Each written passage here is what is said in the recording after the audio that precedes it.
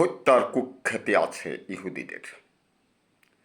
যিশুকে হত্যার উদ্যোগ নিয়েছিল, নবী জাকারিয়া সহ অসংখ্য নবীকে হত্যা করেছিল।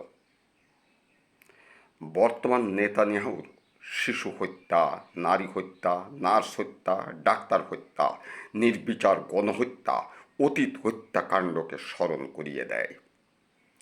ইরানের প্রেসিডেন্ট সহ গুরুত্বপূর্ণ ব্যক্তিদের নিহত হবার এই দুর্ঘটনার পেছনে তেমন কোনো ঘটনা আছে কি? রাইসির জীবন একগুচ্ছ ফুলের মতো।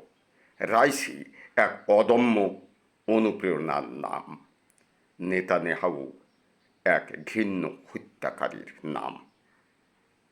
পৃথিবীতে এভাবেই মানুষ হয় ধিকৃত, হয় অনুকরণীয়।